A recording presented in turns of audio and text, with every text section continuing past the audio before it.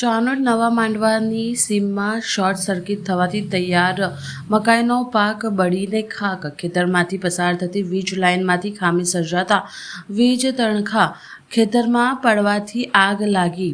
આગ ઓલવવા Dabhoi fire fighter ટીમની મદદ લેવાઈ, પરંતુ પવનના સુસવાટાને કારણે જોતજોતામાં 10થી 12 એકરમાં જમીનમાં તૈયાર મકાઈનો પાક બળીને ખાક થયો. કુદરતી આફત, ટેકાના ભાવનો અભાવ તેમજ અચાનક ખેતરમાં લાગેલી આગની ઘટનાથી ખેડૂતો લાચાર બન્યા.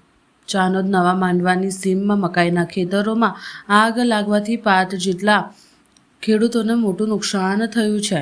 યજ્ઞેશ મુકુંદભાઈ ત્રિવેદી, અશોકભાઈ મોહનભાઈ માછી, ભીખાભાઈ ડાયાભાઈ માછી, ગણેશભાઈ ઈશ્વરભાઈ માછી, ગોપાલભાઈ ભીખાભાઈ માછી, આ 5 ખેડૂતોનો મકાઈનો તૈયાર પાક બળીને ખાક થયો છે. ચાંદોદ માંડવાની ઘટના છે અને અહીંયા લગભગ 10 એકર જમીનની અંદર તૈયાર મકાઈનો પાક હતો અને એ મકાઈનો પાક જીબીના શોર્ટ સર્કિટના કારણે આગ લાગી ગઈ. એના કારણે બધી જે 4-5 ખેતર આખા આવી ગયા અને 10 એકર જેવી મકાઈ જે હતી એ અત્યારે આ તૈયાર માલ બધો ખલાસ થઈ ગયો છે. કયા વિસ્તારમાં માંડવા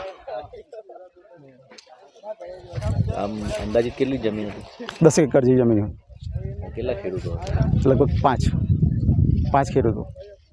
એ ખ્યાલ કેવી રીતે આવ્યો અકસ્માત થયો? એ હરગ્યો એટલે લોકો કામ કરતા હતા, એ લોકો ખ્યાલ આવ્યો, પણ તે સુધીમાં પવન હતો એટલે એકદમ આગ પકડી દીધી અને એના કારણે એકદમ સડીને ખાક થઈ ગઈ પડી. આર્થિક નુકસાન થયું છે, શું એમજીસીએલને શું કહેશો? એમજીસીએલ જે કંઈક રજૂઆત થતી હશે તે અમારે કરવી પડશે અને કરીશું.